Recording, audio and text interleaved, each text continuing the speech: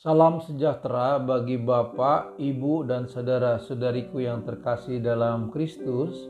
Hari ini kita akan memasuki pertemuan ketiga dari AAP 2020 dengan tema bijaksana mengolah dan mengelola makanan.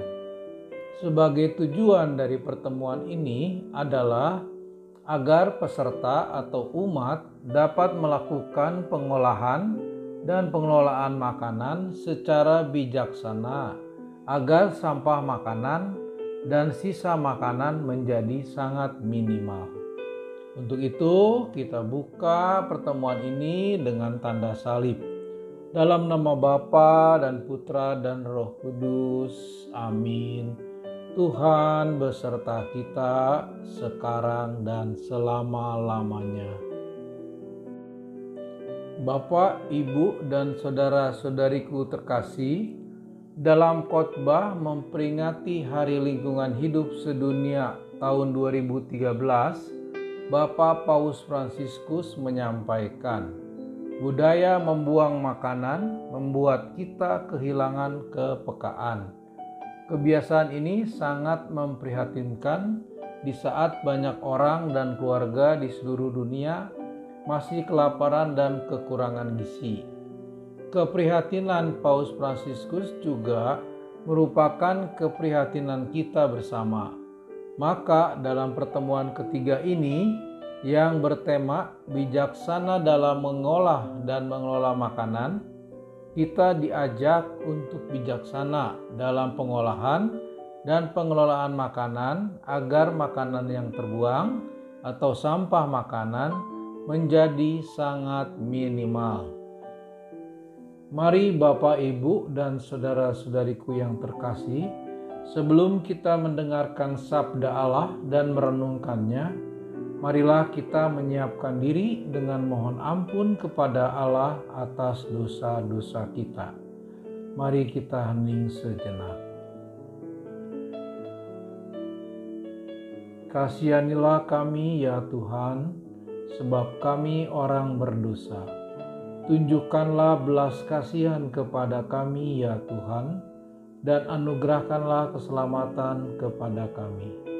Semoga Allah yang Maha Rahim mengasihani kita, mengampuni dosa kita, dan mengantar kita ke hidup yang kekal. Amin. Mari kita bersama-sama dalam doa pembuka. Marilah kita berdoa. Allah Bapa kami, para petani telah mengayunkan cangkulnya di ladang. Para nelayan menarik jalannya di tengah laut, dan para gembala melepas kambing serta lembu mereka di padang. Semoga kami dapat bersyukur atas keterlibatan petani, nelayan, dan gembala dalam menciptakan sumber-sumber makanan bagi kami, sehingga kami pun mempunyai hati untuk lebih memilih menyimpan seperlunya daripada mengolah semuanya. Lebih peduli kepada sesama yang membutuhkan daripada keserakahan diri, sehingga kami pun berani untuk membagikan makanan kami daripada membuangnya.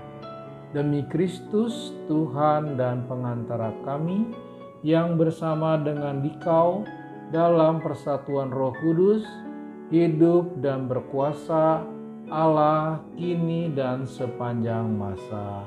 Amin. Baik, mari kita lanjutkan dengan kisah kehidupan yang berjudul Komunitas Garda Pangan, si pengawal makanan agar tak mubasir. Agar tak mubasir, betapa mulia kegiatan yang dilakukan komunitas Garda Pangan. Bagaimana tidak, mereka memiliki program mendistribusikan makanan berlebih atau makanan sisa yang layak konsumsi agar bisa dinikmati oleh orang-orang tak mampu, sehingga tidak ada makanan yang terbuang percuma alias mubasir. Persoalan makanan layak konsumsi yang tersedia berlebihan baik dari restoran, catering, atau hotel, sehingga kerap berakhir di tempat sampah. Mungkin masih sangat jarang yang memedulikannya.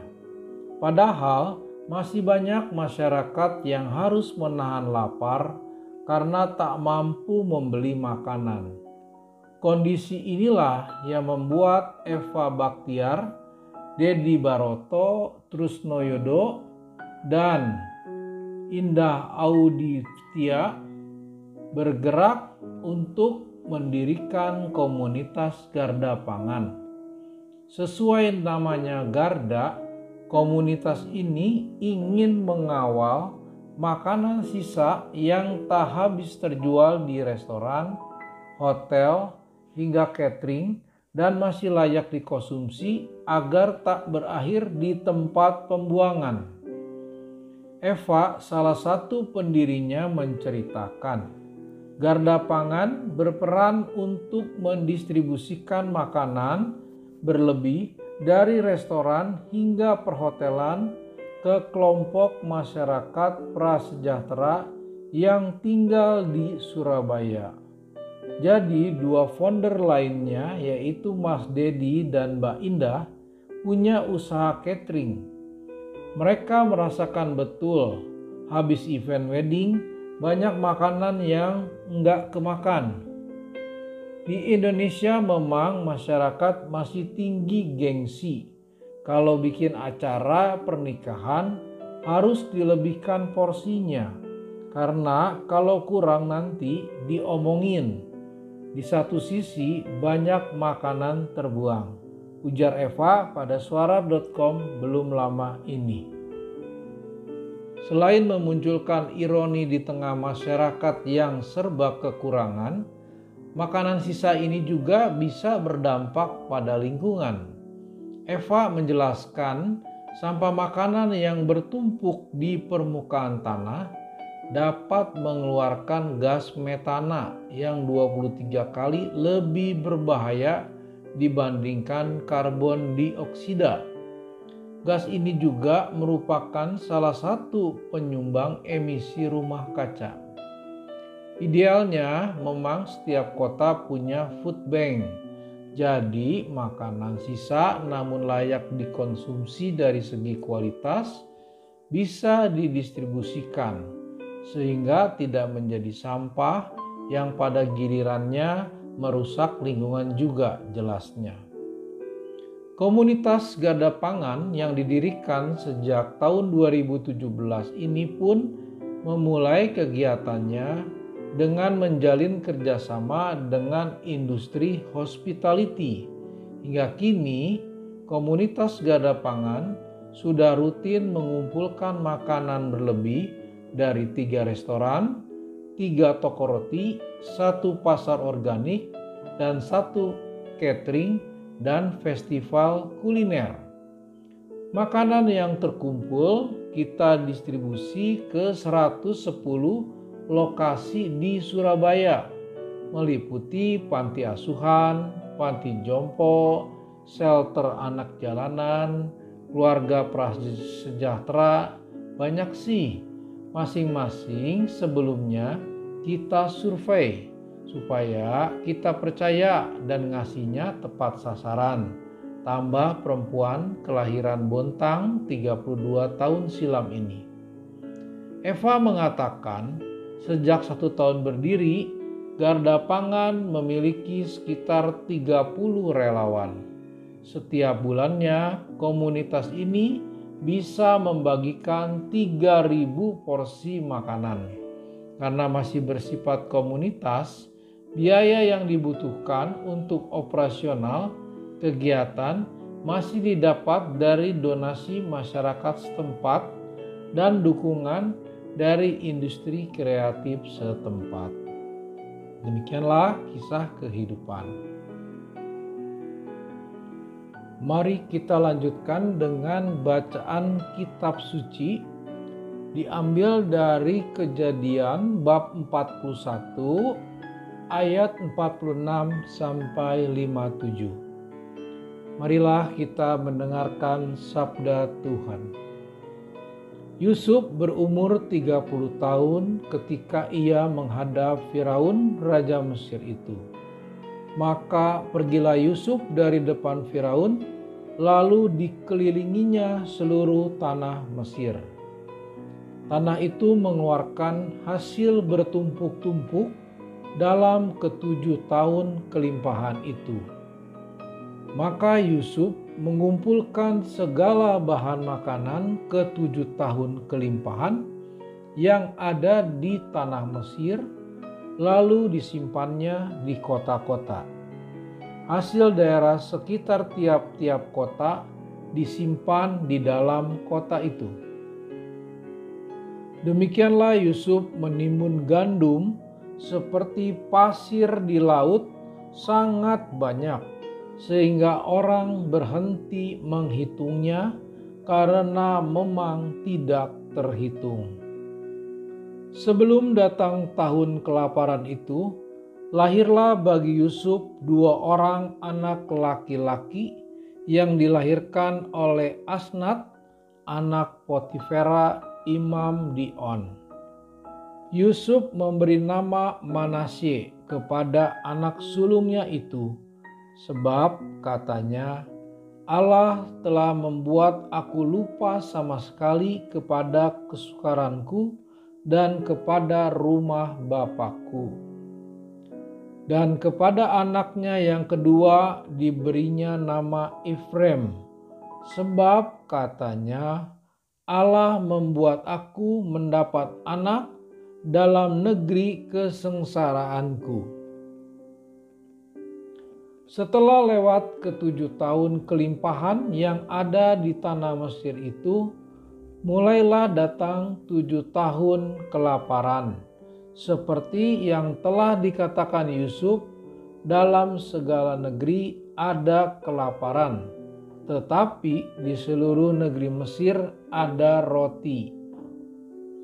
Ketika seluruh negeri Mesir menderita kelaparan dan rakyat berteriak meminta roti kepada Firaun, berkatalah Firaun kepada semua orang Mesir, "Pergilah kepada Yusuf, perbuatlah apa yang akan dikatakannya kepadamu."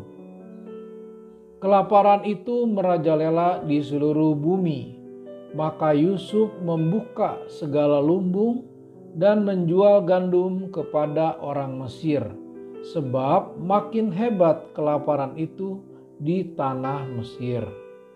Juga dari seluruh bumi datanglah orang ke Mesir untuk membeli gandum dari Yusuf, sebab hebat kelaparan itu di seluruh bumi. Demikianlah sabda Tuhan, syukur kepada Allah. Kita masuk dalam pertanyaan dan dialog interaktif. Pertanyaan pertama, mengapa Eva Bakhtiar dan teman-temannya tergerak untuk mendirikan komunitas Garda Pangan?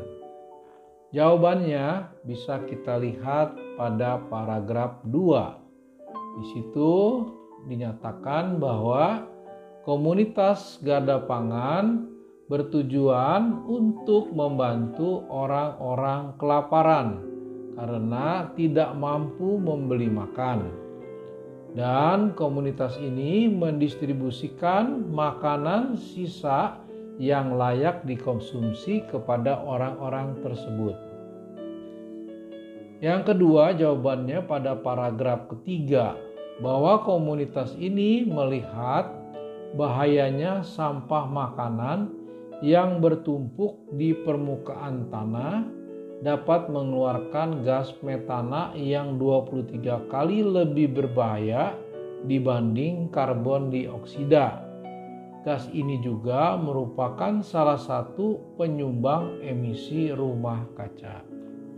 Jawaban yang ketiga, walaupun tidak disebut di dalam cerita ini, komunitas Garda Pangan ini berdiri karena belum ada komunitas yang sama di kotanya yang memikirkan bagaimana membantu sesama yang memerlukan makanan. Untuk pertanyaan yang kedua adalah kegiatan apakah yang dilakukan komunitas Garda Pangan? Jawabannya bisa dilihat pada paragraf 3 bahwa dua founder komunitas Garda Pangan yaitu Mas Dedi dan Mbak Indah adalah pengusaha catering dan melihat setelah event wedding banyak makanan sisa yang layak dikonsumsi dan ingin membagi kepada masyarakat yang membutuhkan. Kemudian jawaban berikutnya bisa kita lihat pada paragraf 6 bahwa sejak tahun 2017 komunitas Garda Pangan ini telah bekerja sama dengan industri hospitality yang terdiri dari 3 restoran, 3 toko roti, 1 pasar organik, 1 catering, dan festival kuliner. Makanan yang terkumpul didistribusikan ke 110 lokasi di Surabaya yang meliputi panti asuhan, panti jompo, shelter anak jalanan, keluarga prasejahtera, dan masih banyak yang lainnya. Semuanya itu dilakukan survei terlebih dahulu supaya tepat sasaran. Baik, kita lanjutkan dalam pertanyaan ketiga. Dalam bacaan kitab suci, apa yang dilakukan oleh Yusuf saat 7 tahun masa kelimpahan dan saat 7 tahun masa kelaparan? Jawabannya bisa kita lihat pada ayat 46 sampai 49. Bahwa pada 7 tahun masa kelimpahan, Yusuf mengumpulkan segala bahan makanan ke 7 tahun kelimpahan yang ada di tanah Mesir. Lalu disimpannya di kota-kota. Hasil daerah sekitar tiap-tiap kota disimpan di dalam kota itu hingga jumlahnya tidak terhitung. Kemudian di ayat 53 sampai 57, pada 7 tahun masa kelaparan, Yusuf membuka segala lumbung dan menjual gandum kepada orang Mesir, sebab makin hebat kelaparan itu di tanah Mesir. Juga dari seluruh bumi datanglah orang ke Mesir untuk membeli gandum dari Yusuf, sebab hebat kelaparan itu di seluruh bumi. Kemudian pertanyaan yang keempat, menurut pendapat Anda, mengapa Yusuf melakukan hal tersebut? Jawabannya, bahwa Yusuf melakukan hal ini karena mendapat hikmat dari Tuhan akan ada 7 tahun masa kelimpahan dan ada 7 tahun masa kelaparan dalam menafsirkan mimpi dari Firaun. Dan Yusuf menjadi orang kepercayaan utama dari Firaun untuk melakukan tugas menyiapkan terhadap kedua kondisi di atas. Kemudian jawaban yang kedua, tindakan yang dilakukan Yusuf tidak hanya menyelamatkan bangsa Mesir, tetapi juga bangsa lain di bumi.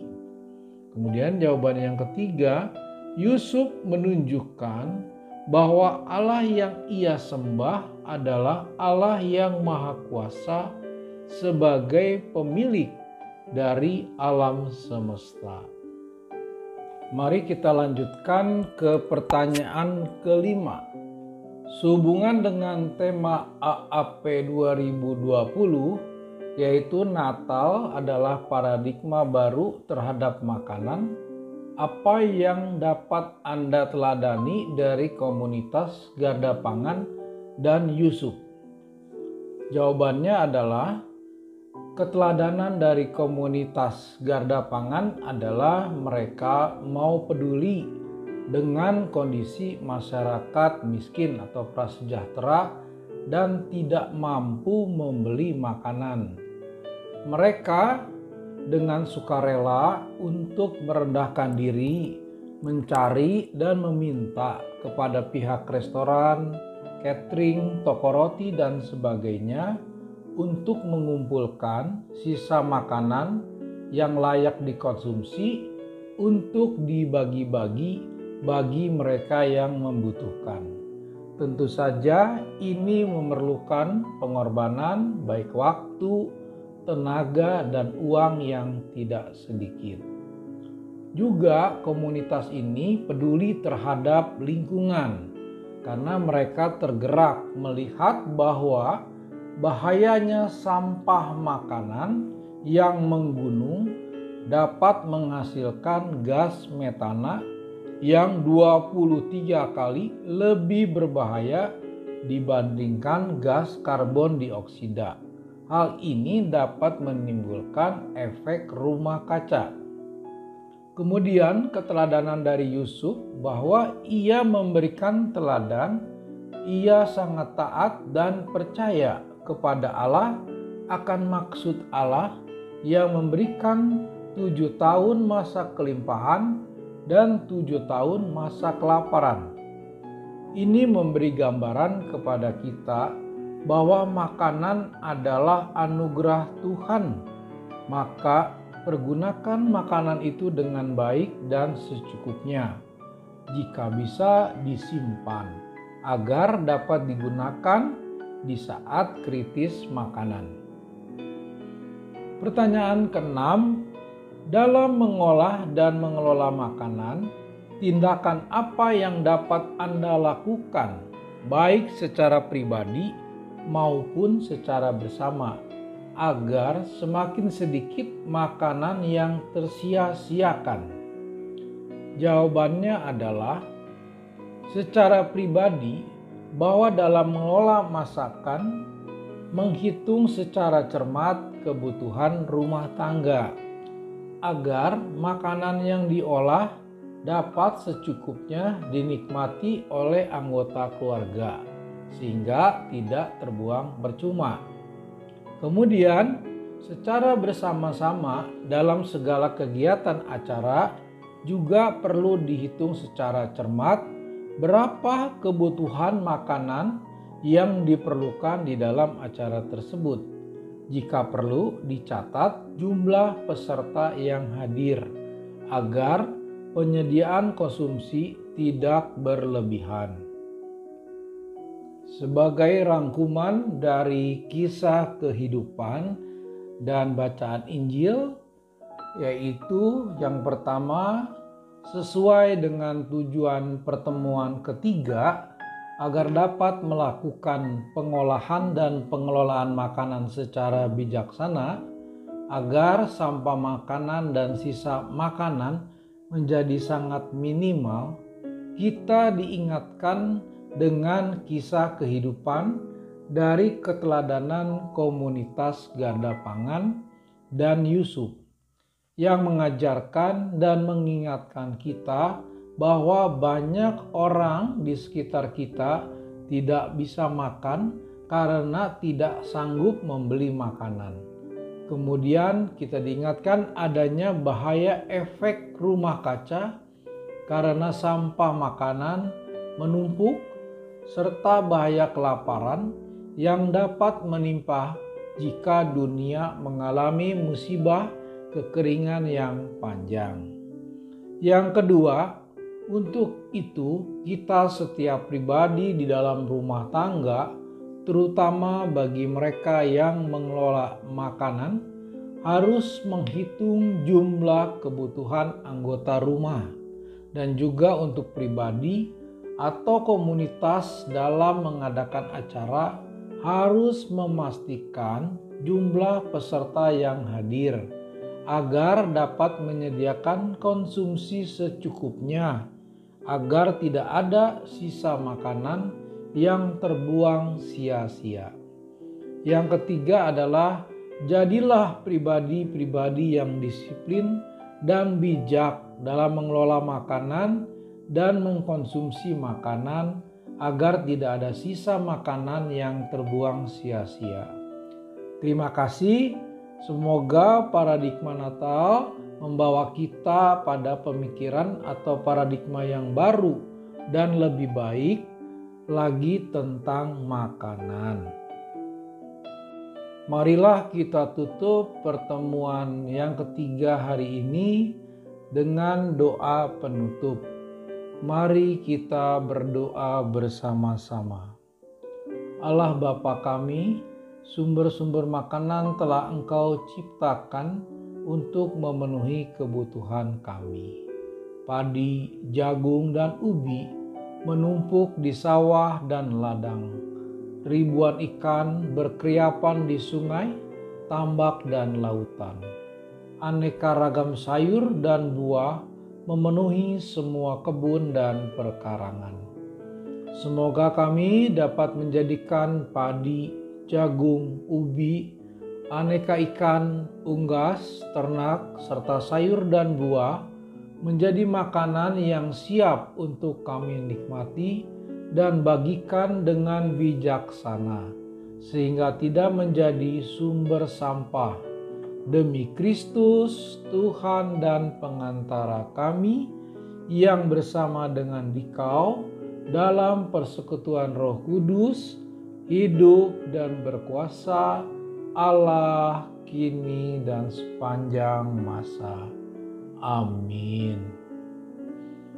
Marilah kita mohon berkat Tuhan supaya segala upaya kita dalam menyiapkan Natal sebagai kelahiran Tuhan mencapai hasil seperti yang kita harapkan dan kita semakin bijaksana dalam mengolah dan mengelola makanan agar tidak banyak yang menjadi sampah.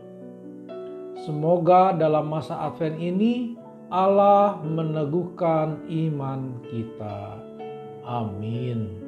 Semoga Allah mendorong kita guna menemukan langkah-langkah terbaik untuk mengolah dan mengelola makanan. Amin. Dan semoga kita semua yang hadir di sini dilindungi, dibimbing, dan diberkati oleh Allah yang Maha Kuasa dalam nama Bapa dan Putra dan Roh Kudus. Amin. Dengan ini ibadat pertemuan ketiga aksi Advent Pembangunan 2020 sudah selesai. Syukur kepada Allah. Baik Bapak Ibu yang terkasih, terima kasih. Semoga pertemuan hari ini memberikan manfaat bagi kita semua dan kita mempunyai paradigma baru tentang makanan yang harus kita gunakan secukupnya sehingga tidak ada makanan yang jadi sia-sia dan terbuang percuma. Tuhan memberkati kita semua. Amin.